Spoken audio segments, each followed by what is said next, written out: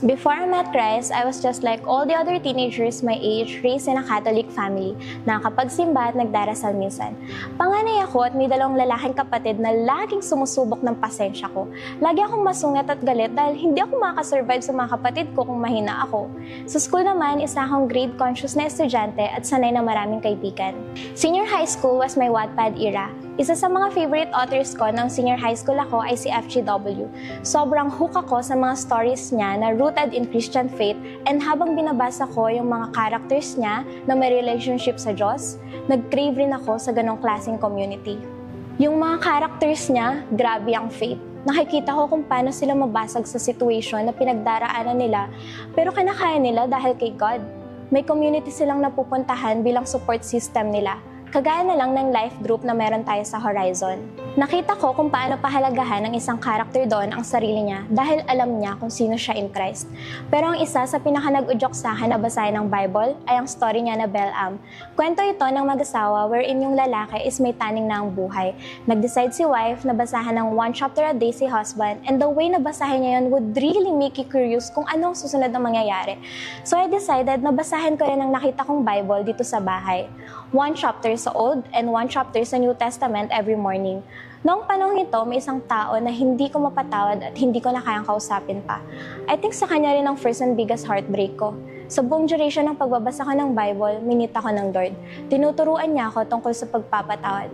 Sinubukan ko, pero nung kakausapin ko na siya, nawala uli lahat ng courage na meron ako. Nag-breakdown at umatras. Hindi ko kinaya. I prayed and prayed, Lord, sana po makakalala ko ng tao na magpapadala sa akin sa'yo. Nadadalin ako sa ganitong klase ng community. Yung tutulungan ako na mas makilala ka. A year after that, senior high school graduation na. My student teacher, na Geraldine Baranal, from grade 10, congratulated me through chat. Then, she invited me na manood ng live broadcast ng Horizon Experience. Dahil naiyak akong tumanggi sa kanya, nanood ako kahit wala akong interest. Minsan ako-on lang yung broadcast pero hindi naman talaga ako nakikinig. Pero habang mas tumatagal, mas nagiging interested na ako. August came, she invited me to join Horizon. Sabi ko, parang hindi ko kaya mag-join knowing na may unforgiveness pa ako. Sa isip ko, ang hypocrite ko naman kung nag-church ako habang may ganitong unforgiveness ako sa puso ko. Then she told me, ang church ay para sa mga taong wounded. Hindi mo kailangang hintayin na maging maayos ka bago ka mag-church.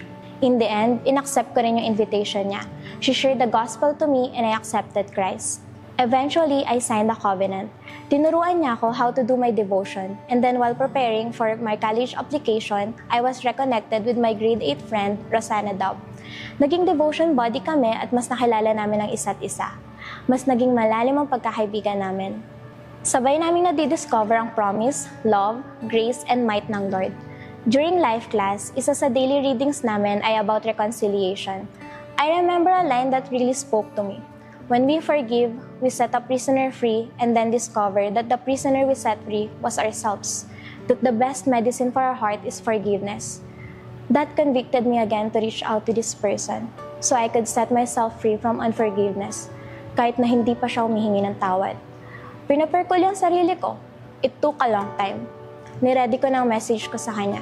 Sinabi ko sa kanya yung nararamdaman ko and how God is teaching me to let go, to forgive. I got no response whatsoever. Sabi ko, okay lang. That forgiveness is para sa akin at sa Lord.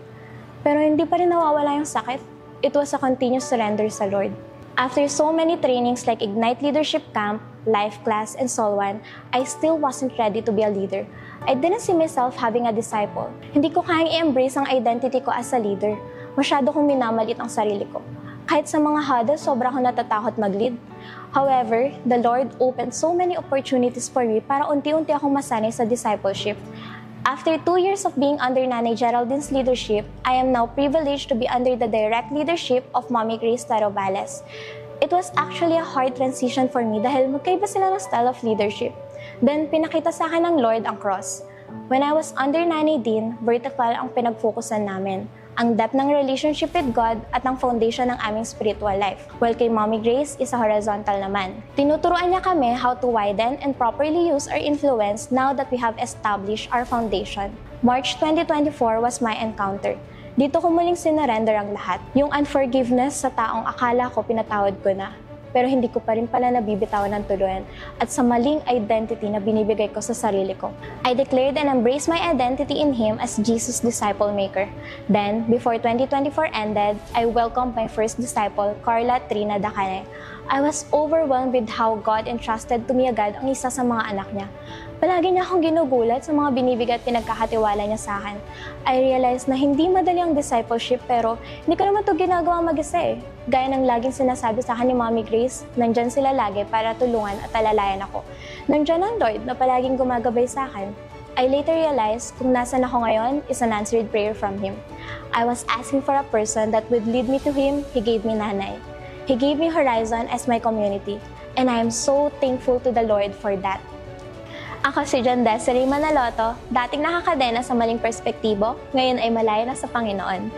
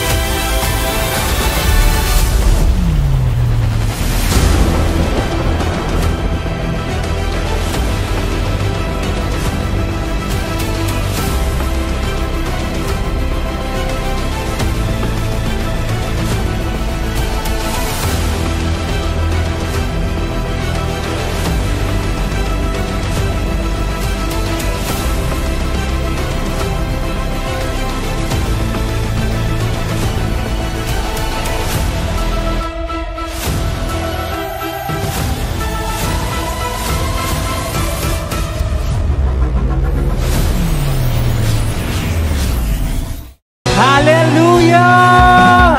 Come on, church, let's praise Jesus. Thank you, Lord. Woo! Give you praise, Jesus.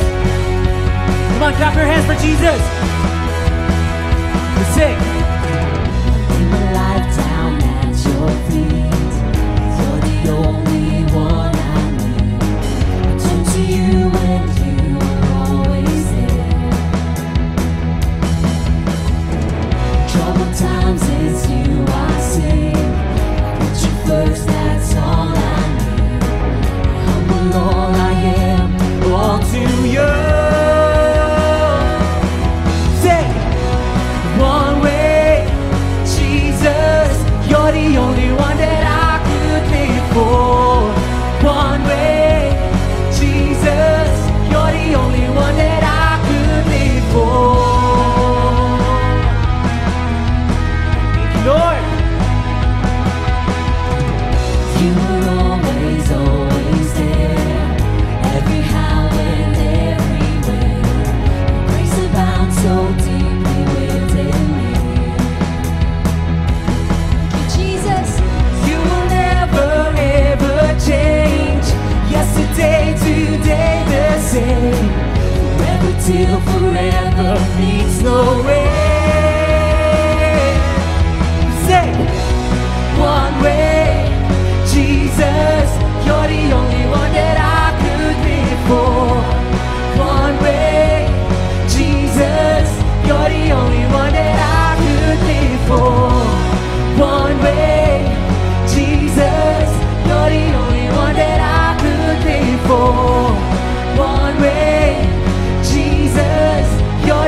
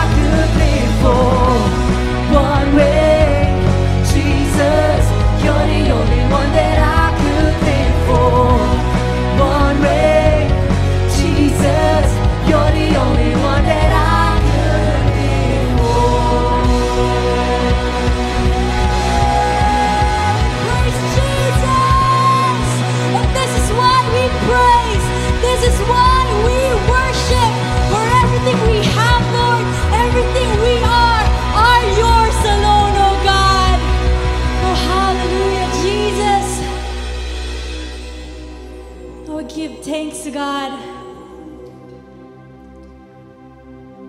for we have seen Him move. We have seen His power. We have seen His faithfulness. We have felt His love. We have experienced His transforming grace. And it's not because of anything that is in us. It's because of who our God is. And He is good. He is God. Amen? And so right now, we're not just singing. Right now, we're declaring the mighty works of God that is real in our lives. And even up until now, He is moving, He is working. And so we know, God, we know that your awe-inspiring deeds, O Lord, will be on every tongue, in every creation. We will continue to proclaim your greatness, O God. You are worthy, worthy to be praised.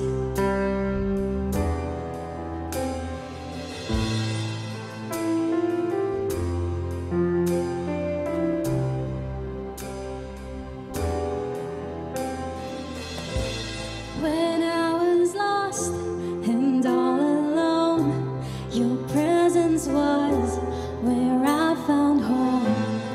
You were there and you're here right now. Yes, Lord. In every high and every low, you never left me without hope. You were good and you're good right now. I've witnessed your faithfulness. I've seen you breathe life within. So I'll pour out my praise again. You're worthy, God, you're worthy of all of it. Your promises never fail. I've got stories I live to tell, so I'll pour out my praise again. You're worthy, God, you're worthy of all of it.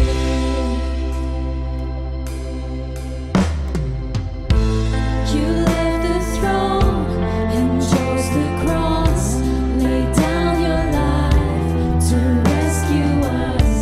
The Savior then, the Savior now. But even death was not the end. You conquered hell so I could live, resurrecting dead, resurrecting now. You are resurrecting dead, resurrecting now.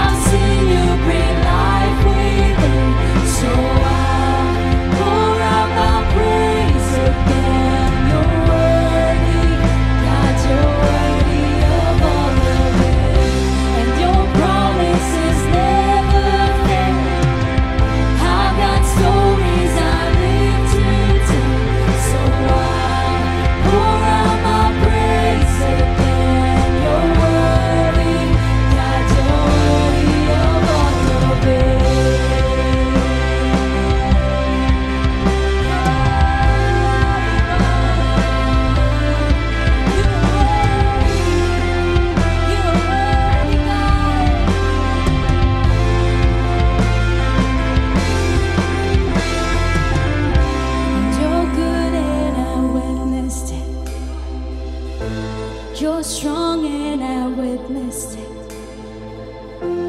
You're constant, I witnessed it.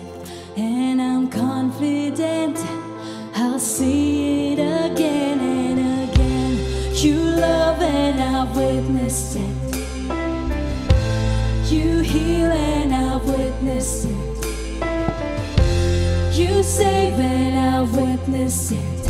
And I'm confident I'll see it again and again. You're good and I'll witness it. You're strong and I'll witness it.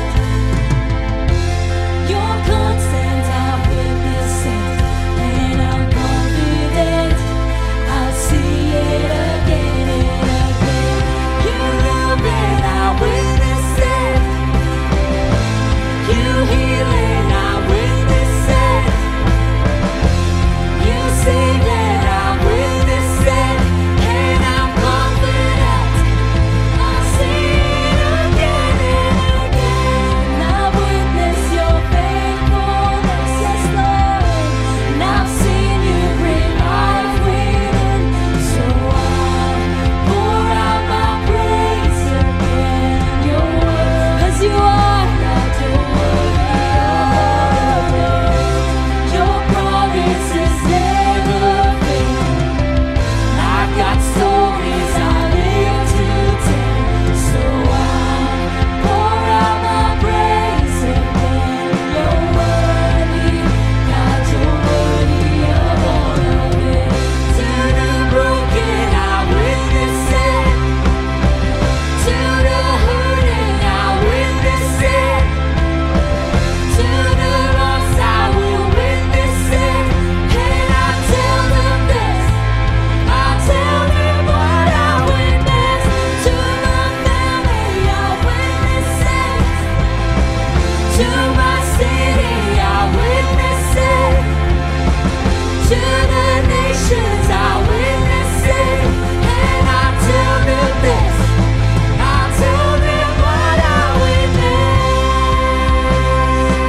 I tell them you're worthy. And in the name of Jesus, every knee will bow, every tongue will confess that Jesus is Lord. Hallelujah. The earth will shout your praise. Our hearts will cry. These bones will sing. Great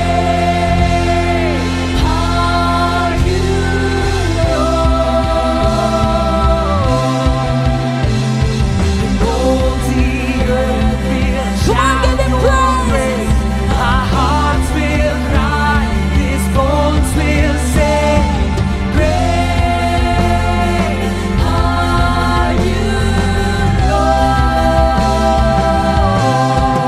'Cause it's your breath in our lungs, so we pour out our praise. We pour out our praise. It's your breath in our lungs, so we pour out our praise to you only. It's your breath in our lungs, so we pour out our praises. We pour out our praise. It's your breath in our lungs, so we pour out our praise to you only. Come on, we declare, great are you, Lord. Yes, you are. Yes, you are, God. Great are you, Lord. We declare that great are you, Lord. Great is the Lord, and He's greatly to be praised. Come on, give Him praise. Give Him praise, for He alone is worthy. He is worthy. Hallelujah, Jesus. His love remains, His faithfulness endures. And so, with every breath, with every breath, oh God, with our hearts full of gratitude, we will declare that you are worthy, you are holy, and you are great and greatly to be praised. Come on, let's keep praising Jesus, the only one true living God. Hallelujah.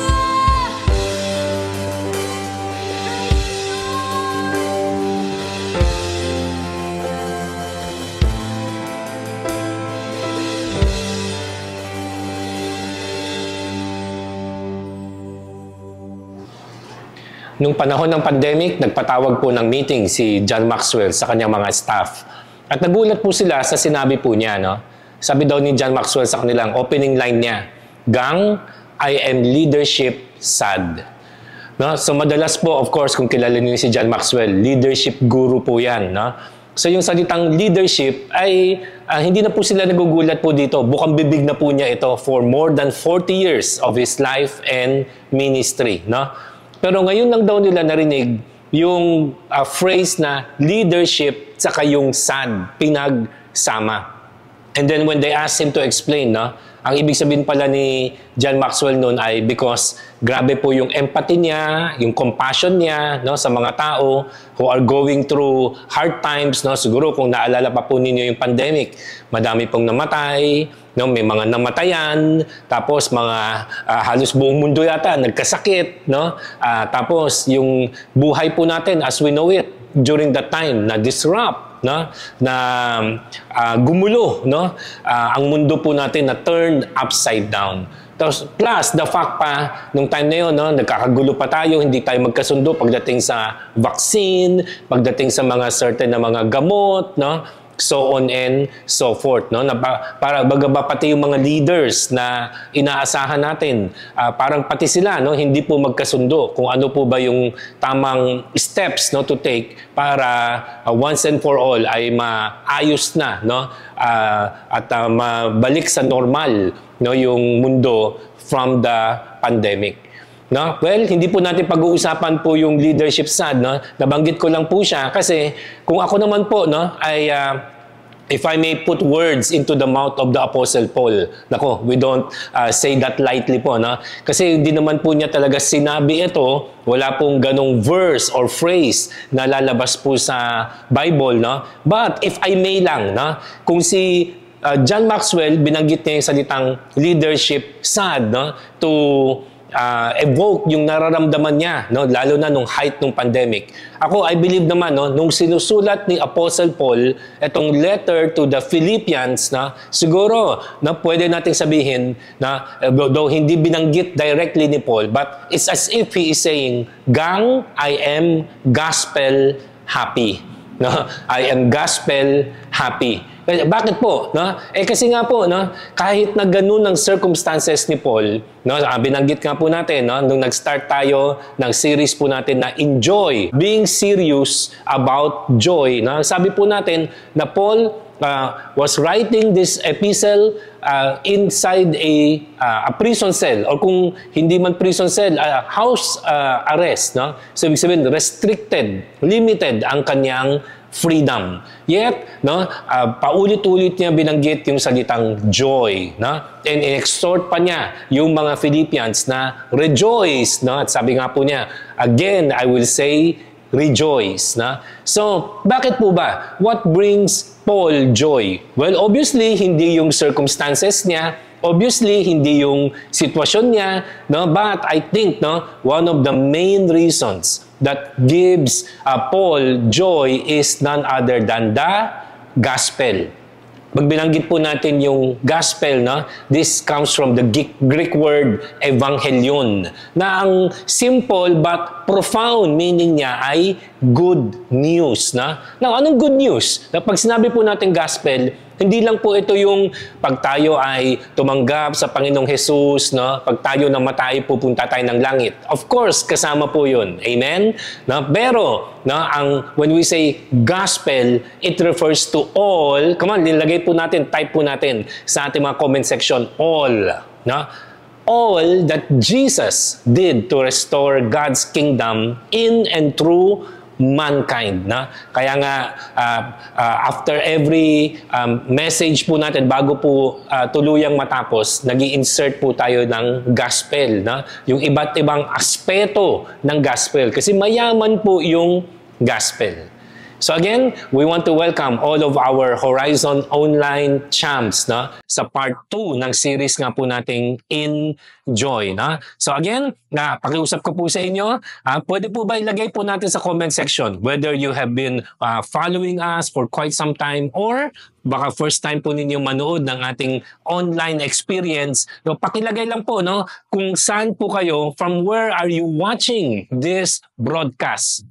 So kahit na hindi po kayo nanonood from the Philippines, pwede po ilagay po ninyo if you're watching from Australia or from Canada or from whatever parts of God's green earth, pakilagay din po. And even if you're watching from the Philippines, pakilagay din po specifically from what town, from what province, from what city, kung ano po ang location po ninyo. And then, kung kailangan nga po ninyo ng prayer o ng counseling, meron pong mga lalabas po dyan ng mga links so that you can also ask for prayers or for counsel, at kung kailangan po natin ng mga spiritual po na mga guidance, someone from Horizon will get in touch with you. So ngayon, balikan po natin yung topic po natin. Bakit po nasabi ng inyong Tatay Mans na I believe kung pwede nating i-quote si Apostle Paul na in spite of his circumstance, in spite of his situation, he would still be able to tell the Philippian Christians na I am gospel happy. Tignan po natin yung Philippians chapter 1 verse 12 to 14 po muna. Bagamat ang pag-uusapan po natin sa araw na to, malawak po from verses 12 to 30. Basically, the remainder of Philippians chapter 1. Pero dito lang muna tayo sa verse 12 to 14. Sabi po niya, I want you to know, brothers, that what has happened to me has really served to advance the gospel. Yun po ang good news po. Ang lingkod ng Diyos, gaya ni Paul, during this time, nakakulong or some people believe naka-house imprisonment sa Rome, pwedeng ang lingkod ng Diyos limitado. Pero yung gawain ng Diyos, hindi po malilimitahan. Can I have an amen, mga Horizon Online champs? God's worker can be limited, can be jailed, can be imprisoned, can even be killed. But God's work will never be or can never be contained. Ang lingkod ng Diyos ay bounded, pero ang gawain ng Diyos ay wala pong boundaries. So sabi niya, even itong pagkakulong ko, ang totoo niyan, has served to advance the gospel, so that it has become known throughout the whole imperial guard and to all the rest that my imprisonment is for Christ. So, piniliwanag ni Paul, hindi ako nakakulong dahil dahil may ginawa akong masama, dahil I broke some laws, naging unethical ako, o naging immoral ako. Hindi po, kundi one simple reason, dahil po kay Kristo. Kaya po siya kinulong or under trial at this point. And sabi niya, and most of the brothers, having become confident in the Lord by my imprisonment, are much more bold to speak the word without fear. Okay? O sige, ano po natin, explain po natin, ano po ibig sabihin niyan specifically. Ano ba yung tinutukoy ni Paul na sabi ni Paul, masaya pa rin ako kahit nakakulong ako, kahit na ganun ang sitwasyon ko, kasi, kung tutuusin, all things work together for good. Napabuti. Wow, paano po napabuti? Kasi, basically, what Paul is saying is this. To the outsiders, yung mga hindi pa po Christian, the gospel is preached to them. Specifically, sa context na ito, sa mga imperial guards. Pag sinabing imperial guards, ito po yung mga royal guards ni Caesar. Wow, si Paul, social, kasi nga, kung tama po yung hinala ng maraming mga Bible scholars, Si Paul, he was awaiting trial before Caesar himself. Kasi nga, si Paul ay Roman citizen. So, kung trace back po natin yung backstory po nito, na, all the way from the book of Acts. Na, so, yung mga Jewish leaders, they were trying to imprison or even get the Apostle Paul to be killed.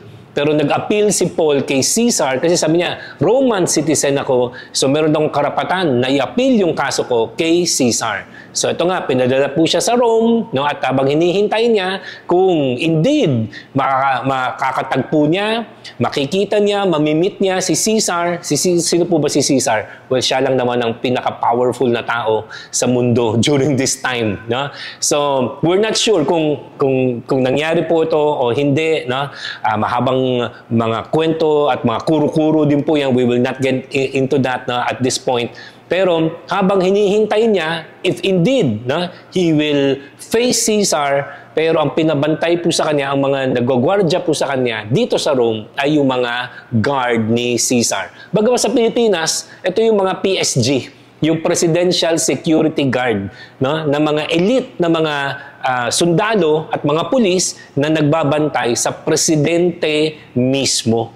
Wow, no? So ang sabi ni Paul, etong mga Imperial Guards, no, bagaman yung panahon po natin, mga PSG, no, ilan sa kanila ay nakakilala na kay Lord. Wow, grabe naman po, no? Alam mo, recently, no, gumawa nga po tayo ng serye on yung the rest of the story, kung nasubaybayan din po ninyo yan, no? And we were also talking about the armor of God. And ang hinala nga din po ng maraming mga Bible scholars ay, saan ba nakuha ni Paul yung idea ng armor of God? Well, ang haka-haka, no, ang kuro-kuro ng mga Bible scholars ay, well, kasi nga laging may kasama siyang guard, no, na some people will say chained next to him or at least nandyan lang in close proximity to him. So siguro one time, no, habang nagbubulay-bulay si Paul, tinitignan niya yung Imperial Guard at sabi niya, ang ganda ng suot nito, ha. Diba? Kompleto, ha. At binigyan siya ng inspiration ng Holy Spirit para yung suot na armor, no, nung Imperial Guard, yun ang ginawa niyang analogy para naman sa armor of God. Wow, no? So, totoo no? Pag maayos yung attitude po natin, pag tama yung perspective po natin, talagang no? All things work together for good, no? Hindi ibig sabihin, all things are good. Pero, kung tama yung puso natin, may magandang kalalabasan, no? Yung mga nangyayari sa buhay po natin. No? So, that brings Paul joy. Pero hindi lang po yun, no? Nasisharean niya yung mga Roman guards, no? And siguro, by extension, some Roman citizens na rin po, no? So, dahil po dyan, yung gospel nakarating sa Rome, no? Yung Rome po, yung nga, ito po ang pinaka-powerful na empire nung panahon po nila. Plus, ano pa? Ano pa naging ripple effect nitong pagkakulong ni Paul? Dahil dyan, yung ibang mga Christians naman ay tumapang. No, kasi parang nahiya Di ba na parang ang point siguro nila, no? Kung si Paul nga willing mamatay, willing makulong para sa gospel, tapos samantalang tayo, pa chillax, pa easy, parang nakakakonsensya. So pati sila tumapang. No? So ang nangyari, no, hindi lang po nag-spread yung gospel, nag-spread din po yung mga nag-share ng gospel. Baga ba, hindi lang po yung hindi lang evangelism, no, ang nakalap, no, kundi pati yung nag-evangelize, no? Pati sila dumami kasi nga po tumapang na-inspire kay Apostle Paul. Somebody said, ito na-share din po natin sa previous na series naman po natin, yung 3 words to rock your world, kung naalala po ninyo yan. Si Mark Batterson, meron po siyang tinatawag na genealogy of success. And ang ganda po ng ng pagka-isip po niya dito. Sabi niya, if we succeed without suffering, it is because someone else did. And if we suffered without succeeding, ang reality po niya, because surely, someday, somebody else will. So, ang pinupunto ni Mark Batterson dito, there is no such thing as success without sacrifice. There is no such thing as success without suffering. na one way or another, magkasama po yan. Na? Kung may success, kasi may nag-sacrifice. Na? At kung may nag-sacrifice, malamang may success. So, ganun din po. Basically, what Paul is saying, well, kung kailangan humantong sa ganun na makulong ako, no? At baka nga, ikamatay ko pa itong pag-share ko ng gospel. Well, kung ang ibig sabihin naman ito, or ang kapalit naman nito ay mas marami, yung gospel makakarating sa Rome. No? At yung opportunity na pati si Caesar baka ma-sharean ng gospel. Can you imagine pag si Caesar, yung emperor ng Rome, maging Christian? Wow, ang tindi po ng impact nun. No? Imagine ko yung presidente po ng Pilipinas or presidente ng Amerika or mga sikat o mga tanyag na tao maging Christian. Yadi grabe po yung impact. Hindi po ba? Plus, no, sabi ni Paul, well, kung kailangan makulong ako, para tumapang yung mga ordinary na mga Christians. Siguro sabi ni Paul, it's worth the price. No? Okay lang sa kanya yun. Kasi again, ang habol ni Paul, hindi yung convenience niya, kundi that the gospel will continually advance. The gospel will continually spread. Wow, grabe po, no? So sabi ni Paul, dahil dyan, no? Hindi naman talaga sinabi ni Paul na, hindi po si Paul, yung martyrdom complex, no? Hindi, no? Hindi po siya ganun, no? Hindi sinabi ni Paul, masaya ako na nakakulong ako. No.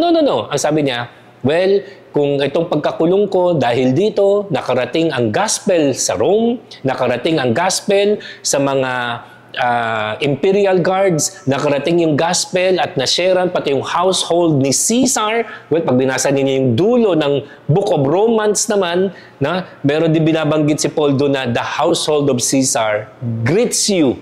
Wow, di ibig sabihin, pati may mga kamag-anak ni Caesar nakakilala kay Lord. Bakit po? Kasi nga, nakulong si Paul sa Rome. Nakuha po natin, no? Wow, iba po talaga mag-isip si Paul. Iba talaga ang pananaw ni Paul. Iba talaga ang priority ni Paul. No wonder, no? Ganun na lang yung ginamit siya ng Diyos. Kasi para kay Paul, isa lang ang ambition niya no? To make Christ known. No? Hindi niya ambition sumikat, no? Magka-platform. No? Isa lang ambition ni Paul. That to exalt Jesus Christ, no? To share the gospel, to advance the kingdom, everything about God's glory. Yun ang priority ni Paul. No? And if the means towards that end ay makulong siya or even nga na mamatay siya, okay lang po kay Paul yan. No? Tayo po muna before we go further. Siguro mo isang sober na tanong sa sarili natin, lalo na if you consider yourself a Christian or a disciple of Jesus Christ. Tayo ba? How much are we willing to suffer for the gospel? Siguro kung ang tanong ay, are you willing to share the gospel? Baka naman siguro, kahit paano, most of us will say yes.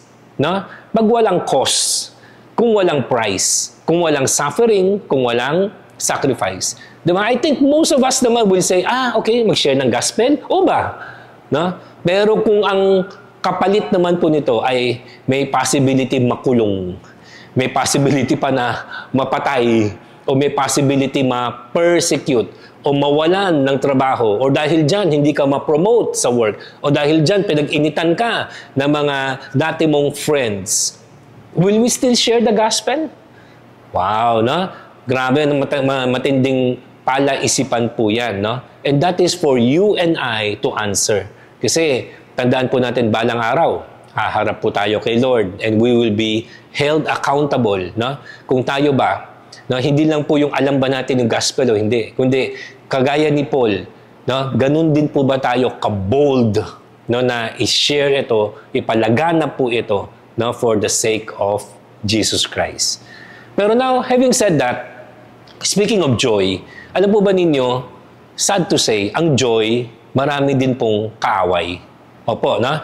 Kung last week, pinag-usapan po natin yung 3 sources of joy. Naalala po ba ninyo yan? Yung mga Horizon Online champs po natin.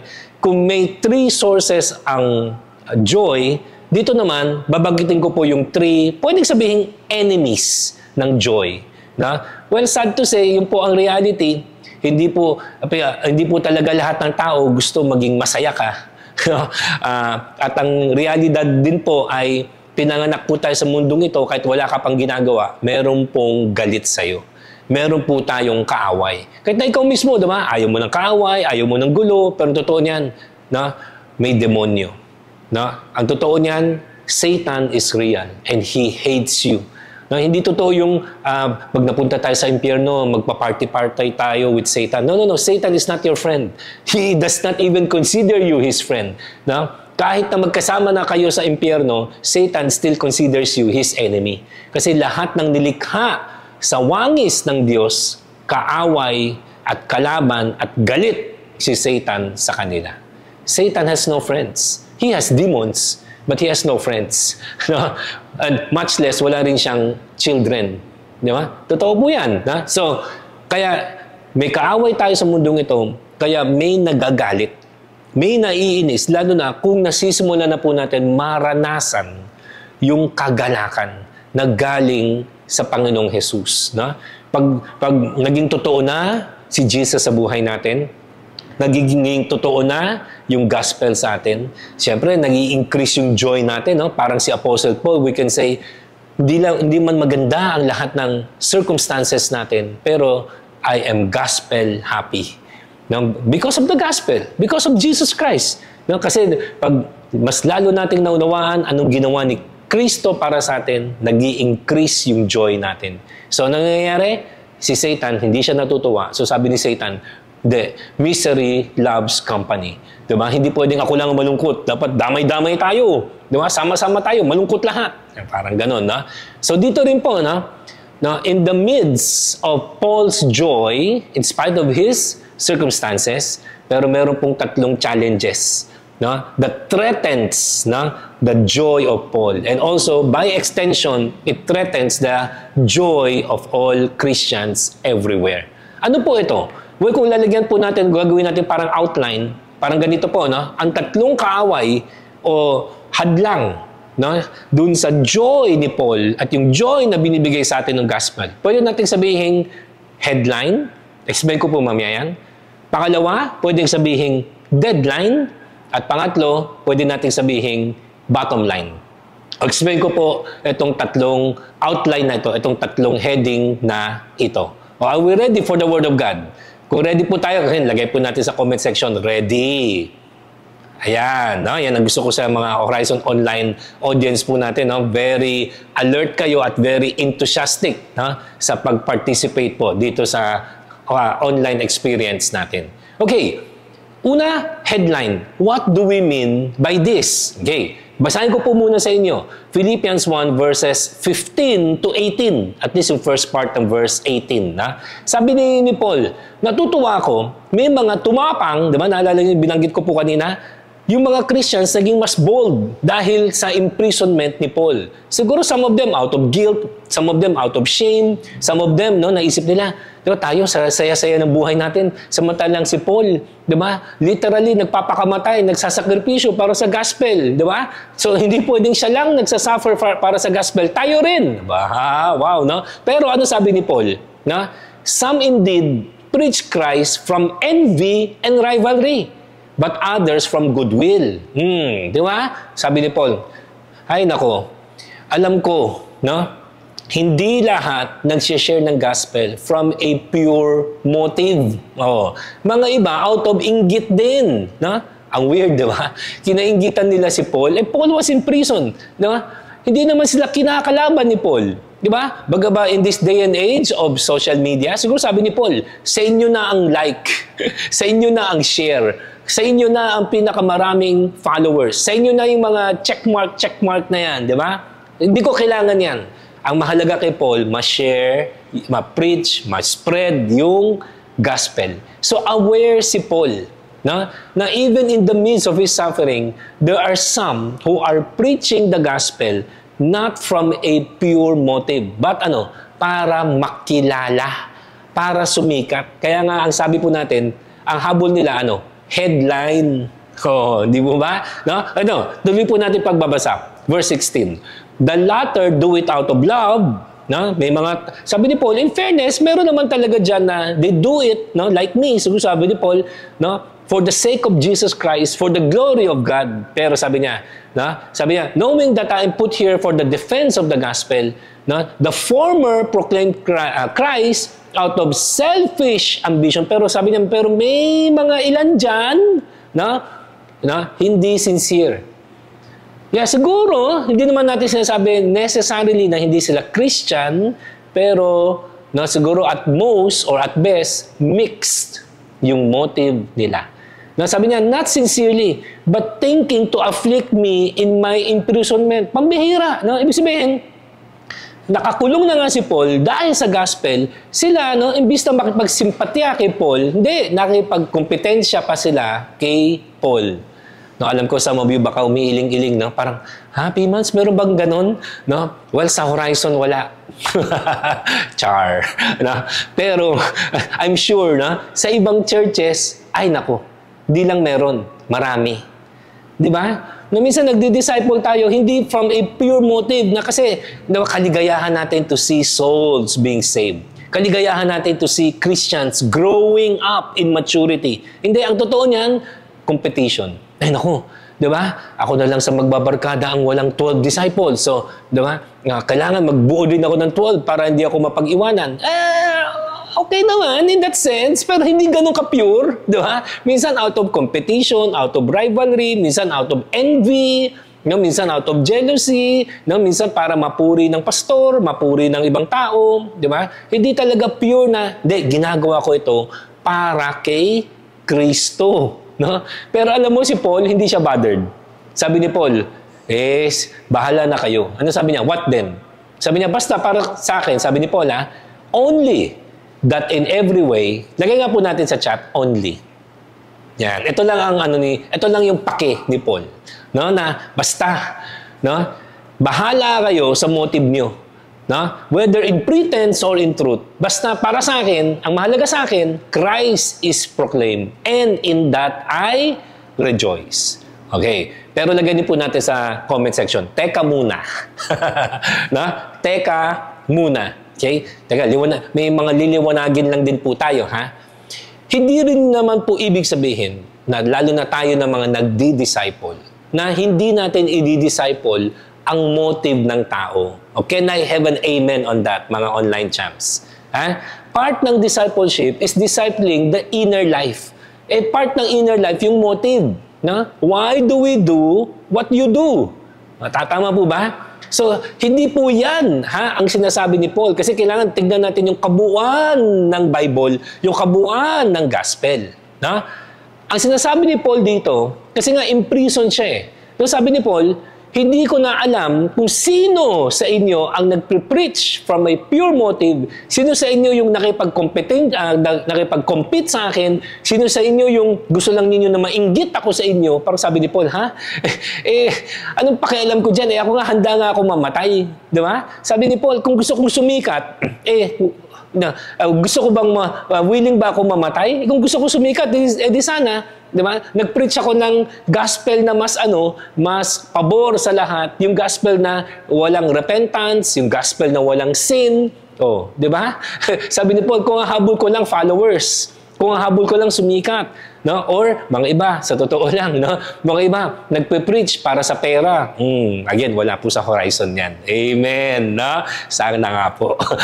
Pero, again, hindi sinasabi ni Paul na pag may pagkakataon, kung kaya natin at dapat lang i-disciple pati yung puso, pati yung motive, pero dito si Paul, nakakulong po siya. So this is what Paul is saying, na whatever their motives are, and Paul is not saying it's okay to preach the gospel from a false motive. No.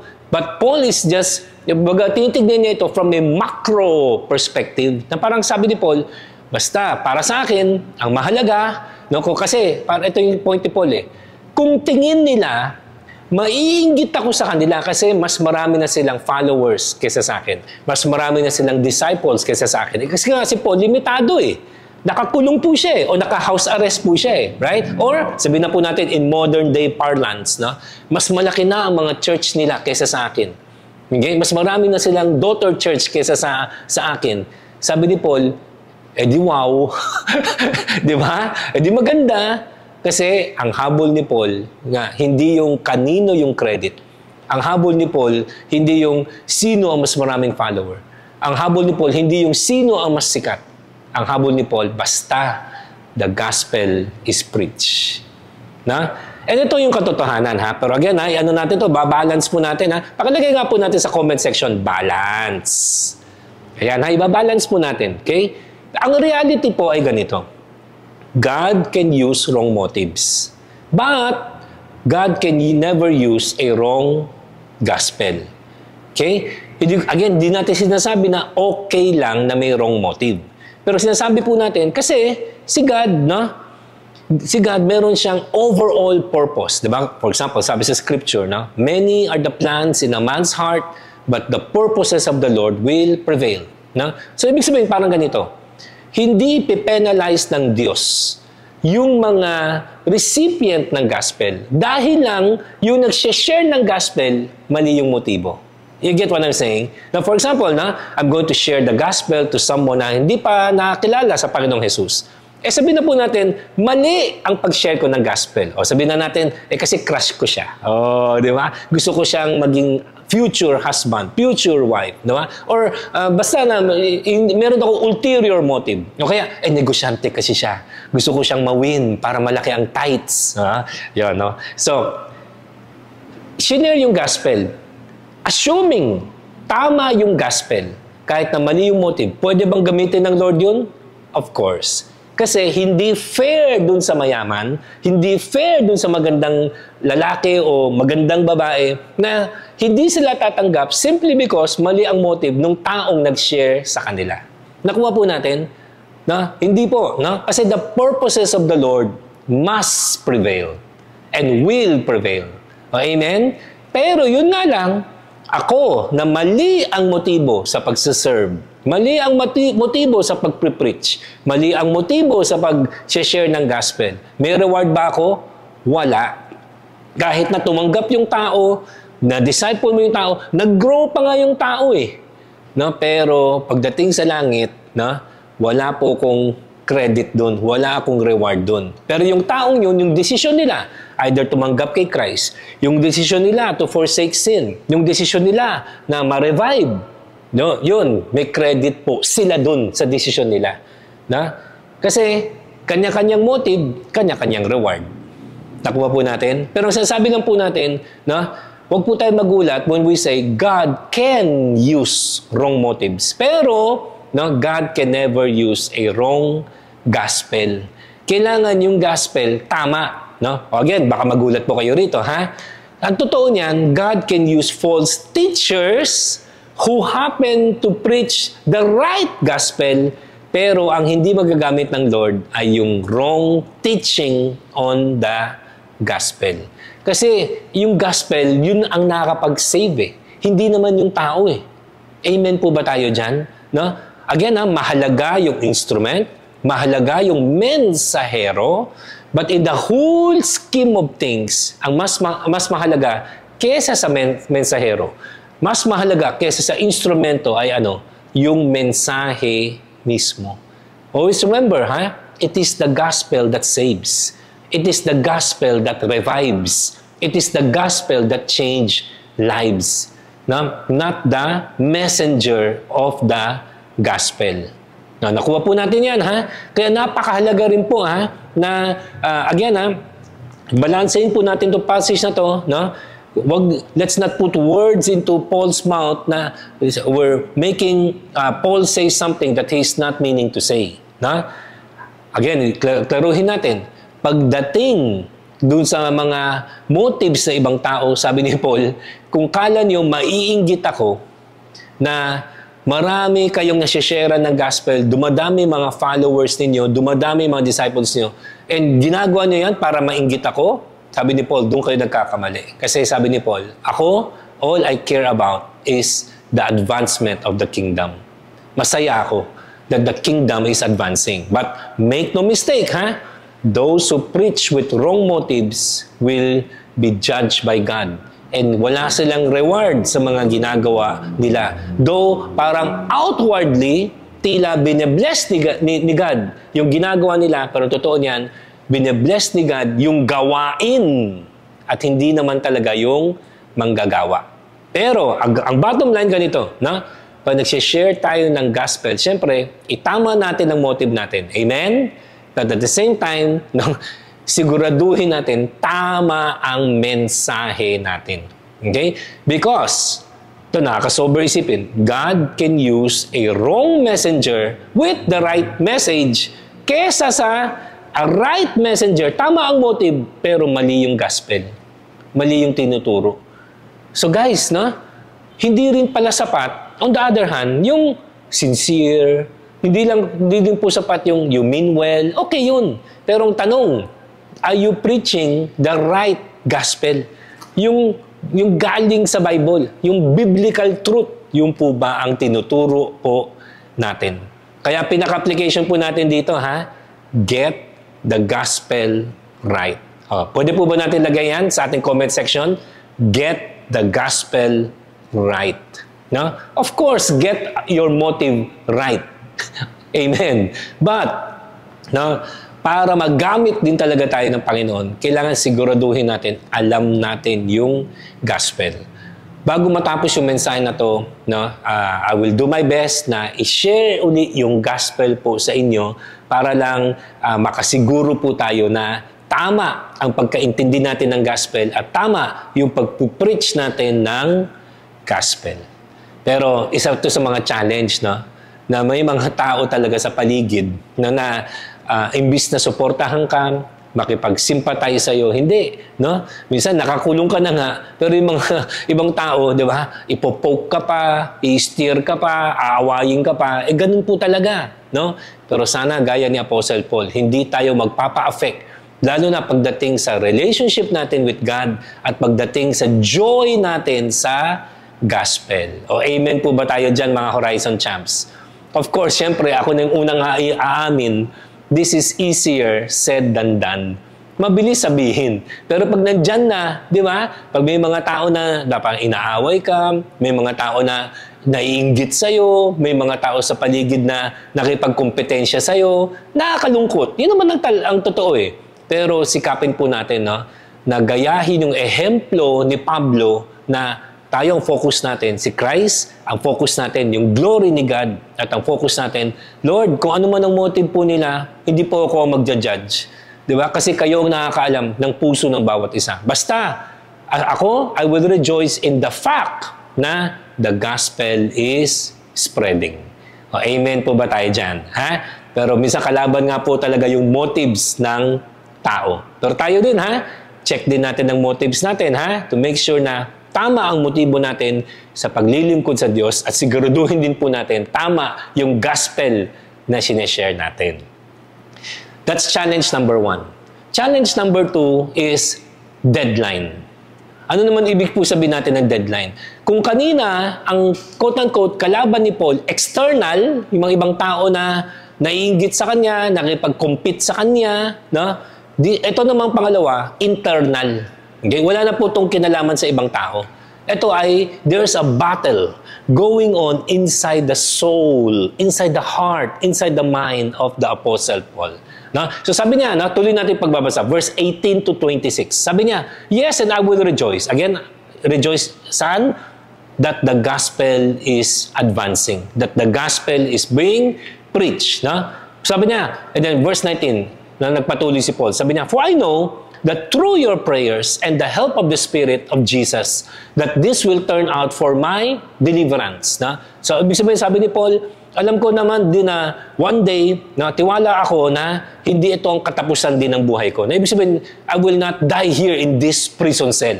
Okay? Kasi alam niya, marami din nagpre-pray para sa kanya na makalaya na uli siya. Okay? Para nga, mas marami pang pwedeng gawin ang Diyos in and through Him. No? Kasi although, totoo yung sinabi natin kanina, the gospel is not dependent on any one person. The gospel is not dependent on our circumstance. No?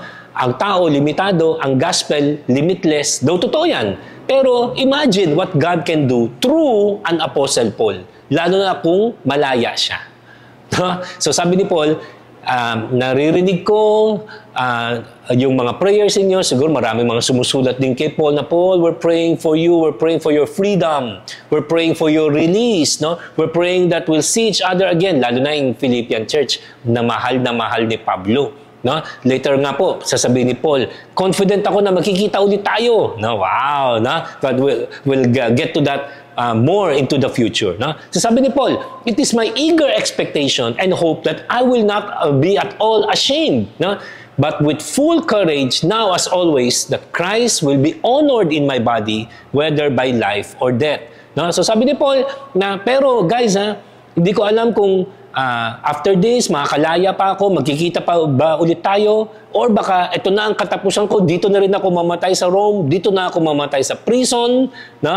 Pero sabi niya, para sa akin, wow, ang ganda ng passage na to, no? Philippians 1:21. For me to live is Christ, and to die is gain. Wow, no? Ang tindi, no? Guys, kung ikaw si Satan, no? O some of you, na-imagine nyo talaga, ha? Hindi, huwag yan. Hypothetical question lang yan, ha? Pero kunyari, kung ikaw si Satan, what can you do to a person like this? Yung hindi takot mamatay at lalong hindi takot mabuhay.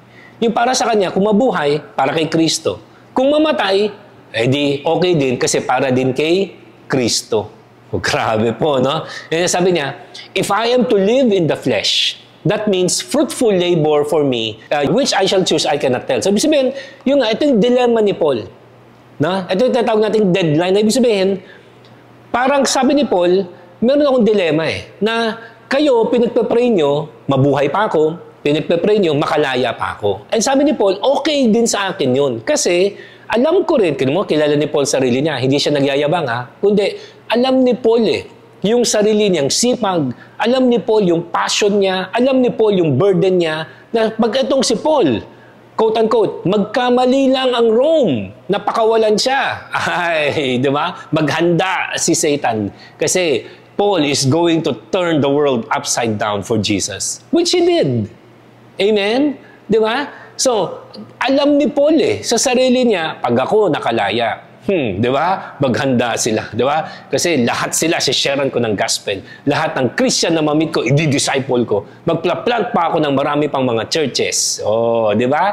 Pero, di ba? Bakit may dilemma si Paul? I'm hard-pressed between the two. Ano yung dilemang to? Yung between living and dying. Kasi, ito sabi ni Paul, tingnan niyo, verse 23, my desire is to depart to be with Christ, for that is better.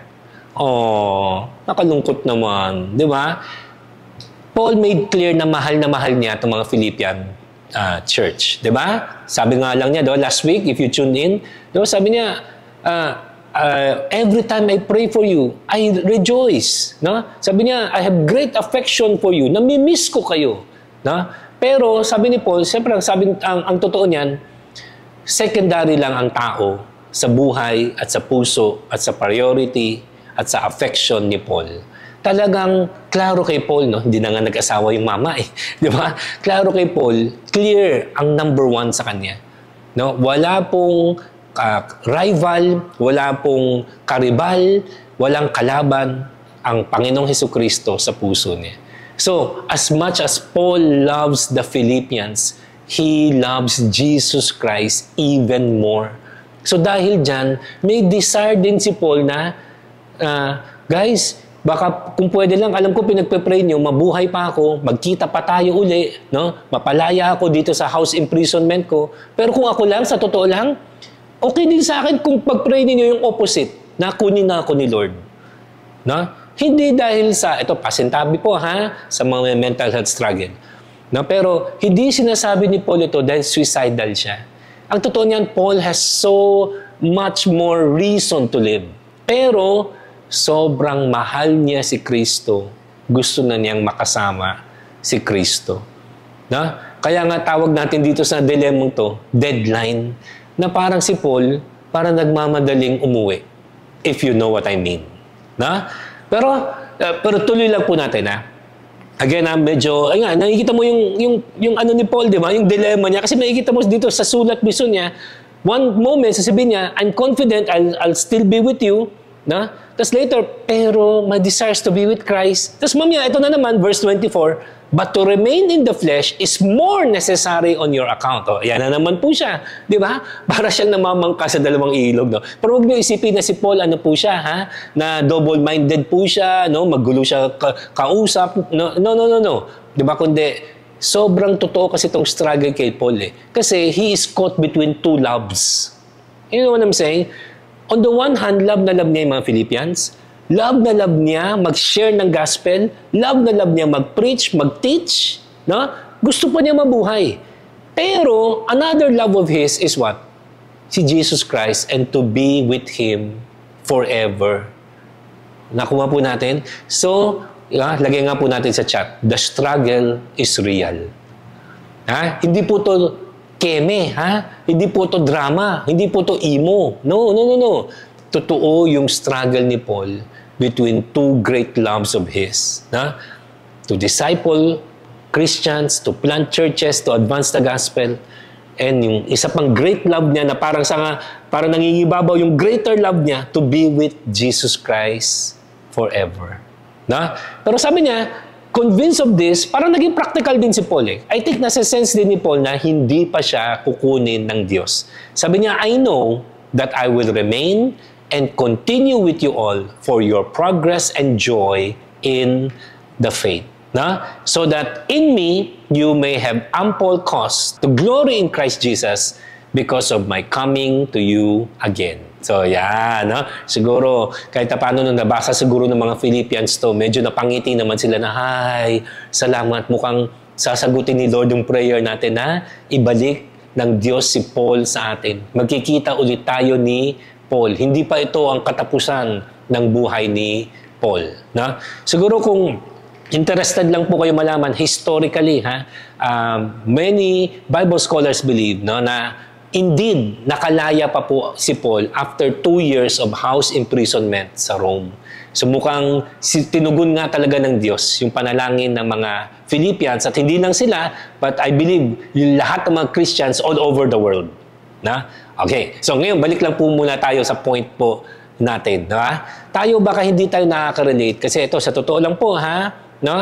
Many of us baka hindi pa po natin talaga ganun kamahal si Kristo to the point na hiningi na talaga natin kay Lord, Lord, kung tapos na ang mission ko, kunin niyo na po ako.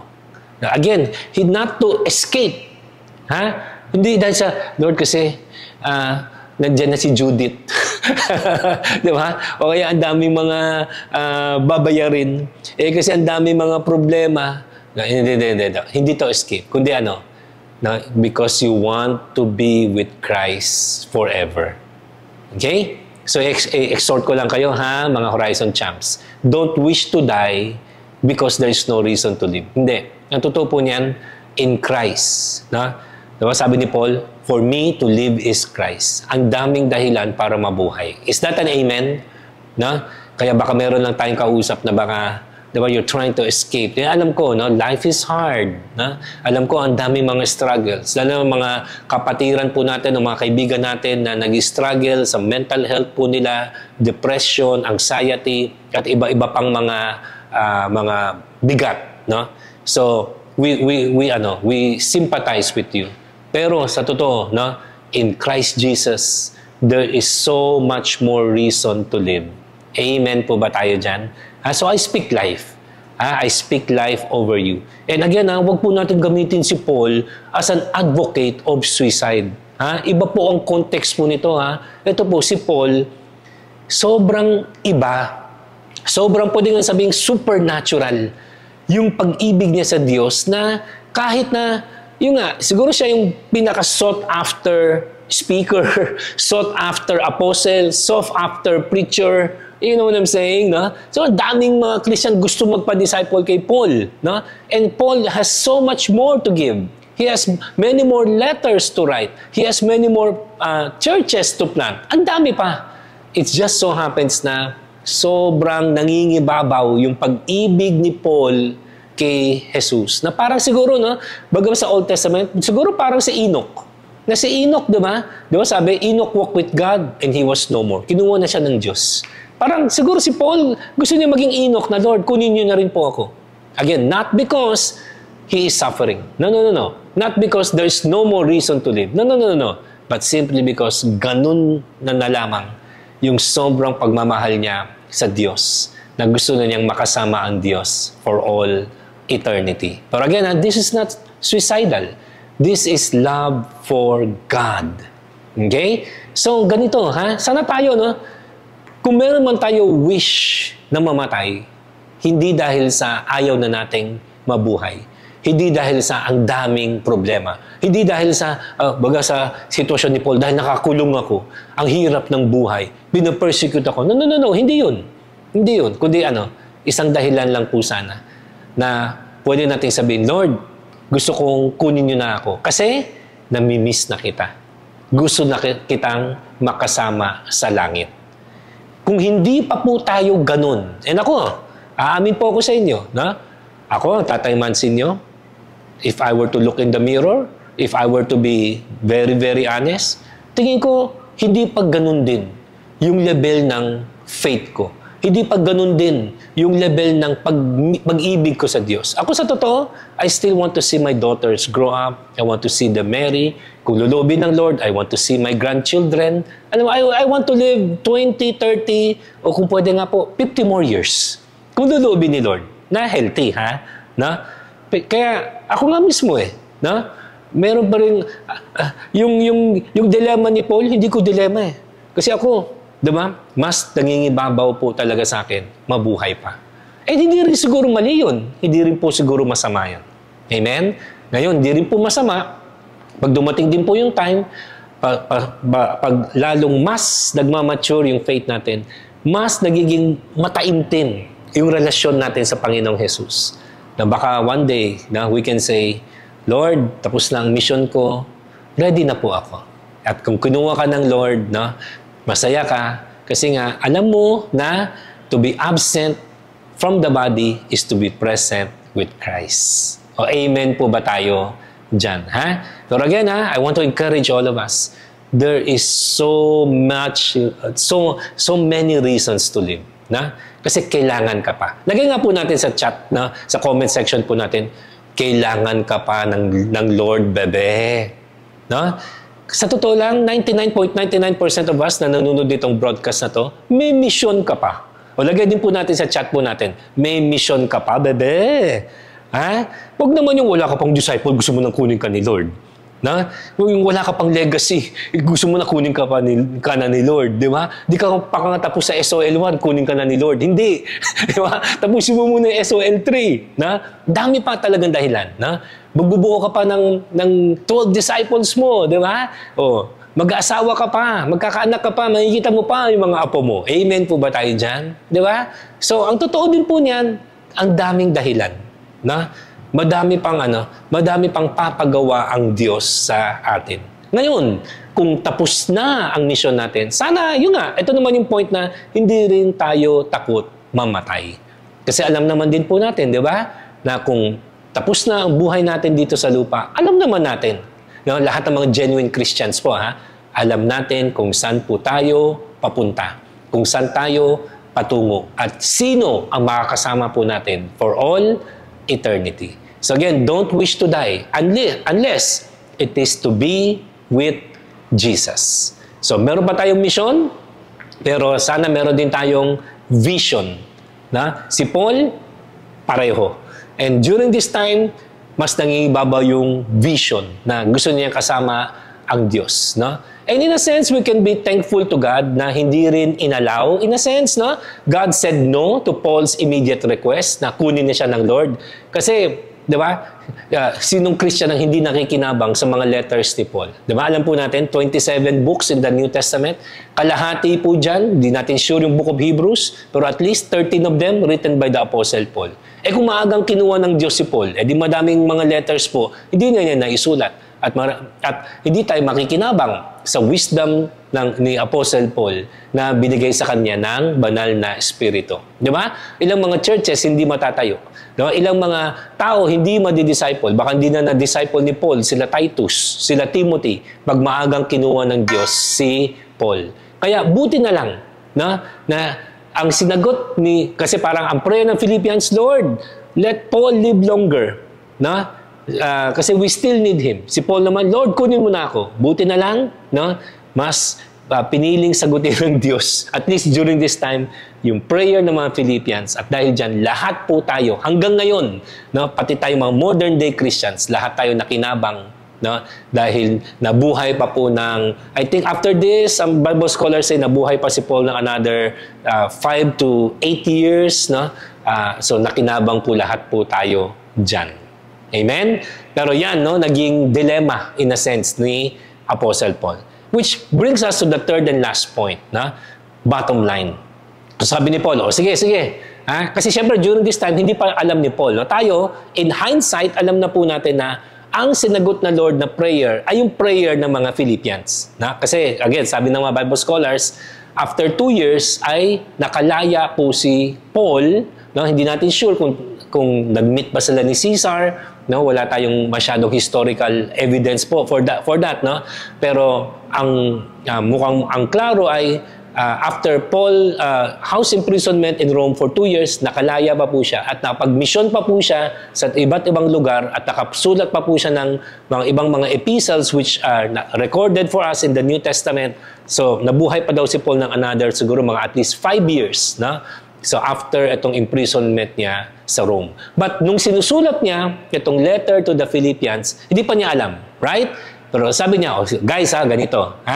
Whatever happens, ito yung bilin niya, verse 27 to 30. Ngayon, medyo papahapayawan lang po natin to, Kasi next week, no, ay babalikan natin itong verse 27 to 30. Kasi meron pa po tayong separate message dito sa 4 verses na to ng mayaman. Pero sa ngayon, meron lang po muna tayong parang pinaka bird's eye view sa passage na to. Kaya tawag natin dito, bottom line. No? Bakit bottom line? Kasi ito, you and I, mga kapatid, we do not know what tomorrow brings. Tama po ba? Hindi po natin alam, gaya ni Paul, nung sinusulat niya itong letter na to, hindi po din natin alam how much more time do we have on our hands. 5 years? 50 years? Or 5 months? 5 weeks? O baka wag naman, 5 minutes. Wag naman po. Pero, sa totoo lang, hindi natin alam. Pero, ang Tatay Mans ninyo, ang Pastor Manric ninyo, magbibilin din po sa inyo na, guys, eto, no matter what happens, verse 27, only let your manner of life be worthy of the gospel.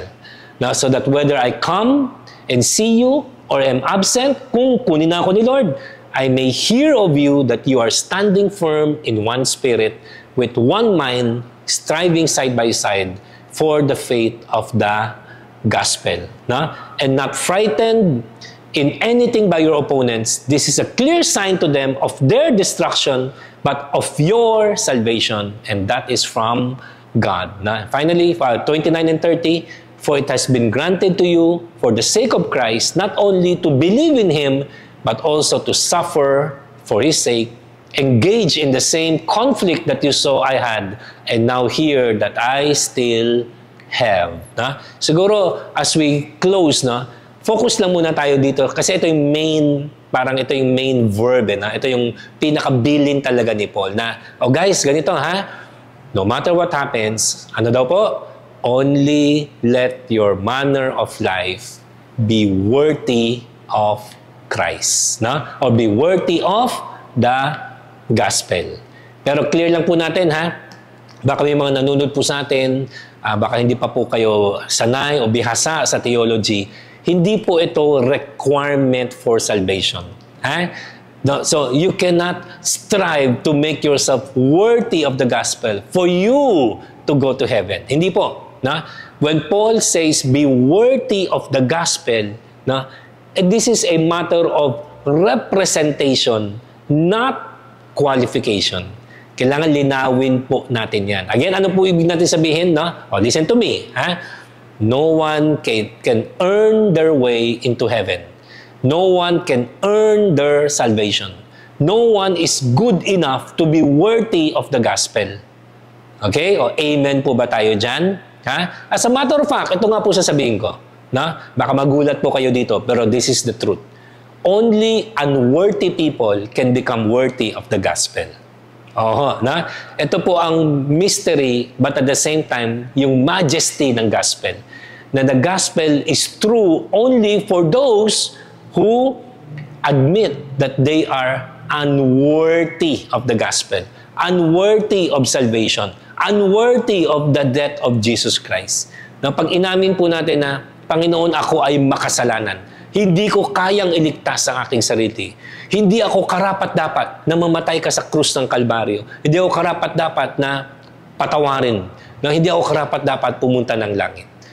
Pero, in the midst of it, nananampalataya ka ng Panginoong Jesus ang tanging daan, ang tanging katotohanan.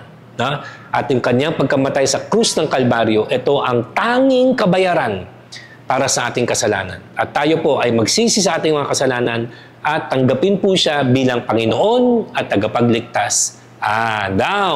Yan, magkaka-effect ang gospel sa atin. In other words, the gospel is only good news to those who accept that they are sinners, that they are unworthy of Christ, unworthy of salvation, and unworthy of the gospel. Now, tingnan niyo to, walang kukurap. If you admit that you are unworthy, then and only then that we can be made worthy by the gospel. Bakit po? Kasi ang gospel exchange, na ating mga kasalanan, pinalit po natin, binigay natin kay Kristo, at ang binigay sa atin ng Kristo ay ang kanyang kabanalan. Yung righteousness ng Diyos ay pinasa po sa atin so that pag tinignan tayo ngayon ng Ama, ang makikita niya, hindi yung mga kasalanan natin, kundi yung kabanalan, yung perfection ng buhay ng kanyang anak na si Jesucristo. Kaya nga good news Yan ang gospel. Ngayon, if we admit we are unworthy of the gospel, then and only then can we be made worthy of the gospel. Ngayon, kung tinanggap na natin yung gospel, tinanggap na natin ang Panginoong Jesus, now, ito na ang ibig sabihin. Ngayon, let's strive. Hindi para maligtas, kundi dahil ligtas ka na, tinanggap mo na yung gospel, tinanggap mo ang Panginoong Jesus bilang Panginoon tagapagligtas. Now, let us live our lives worthy of the gospel. Paano? Just like an ambassador of Christ. Di ba? Ang isang ambassador, nire-represent niya ang kanyang hari, ang kanyang presidente, at indeed, ang kanyang bansa. So, he or she, yung ambassador na yan, strives to be a worthy representative of the king or the prime minister or the president and of the country that he or she is representing. So, ganun na din po tayo. Inamin natin, hindi tayo karapat-dapat. Pero once tinanggap na natin si Jesus, then let's strive to be worthy of the gospel. Bakit? Kasi, whether estudyante ka, negosyante ka, pwedeng janitor ka, o pwedeng CEO ka, it doesn't matter. Once you name the name of Christ, you are representing Jesus Christ. Sa bahay, sa opisina, sa eskwelahan, sa church, lahat na ating ginagawa, we represent Jesus Christ. Kaya kailangan, let's strive to live worthy of the gospel. Speaking of the gospel, ito, diba, sabi ko kanina, I'll do my best to share the gospel again. Ito nga po yung passage. Yung binanggit kong ambassadors, ito po siya. 2 Corinthians chapter 5, verse 20 to 21, sabi po rito, sabi ni Paul, therefore we are ambassadors for Christ, God making His appeal through us. So we implore you on behalf of Christ, be reconciled to God. And then, tamang-tama, yung verse 21, gospel. Talagang sinadya ng Holy Spirit po ito. Ano yung gospel? Ito po, look at verse 21. For our sake, He made Him to be sin who knew no sin. Sino yan? Of course, walang iba kundi ang Panginoong Jesus. Siya lang naman ang walang kasalanan Siya lang naman ang namuhay na perpekto. Pero, inako niya ang ating mga kasalanan. So God, in a sense, made Him sin who knew no sin. So that tayong mga makasalanan, we might become, the righteousness of God. Wow, grabe po, no? Yan po ang gospel. Na? It is given to unworthy sinners like us. But once we accept that we are unworthy, then Christ makes us worthy, and now, no, God implores us to live worthily of the gospel. Amen po ba tayo dyan? Ha? So ngayon, again, kung nakulangan po kayo ng exposition dun sa verses 27 to 30, huwag kayo mag-alala kasi next Sunday, if you tune in once again sa ating Horizon Online Experience, we will have a separate and stand-alone message on those 4 closing verses of Philippians chapter 1. But for now, are you ready for our big idea? Ito po ang big idea po natin.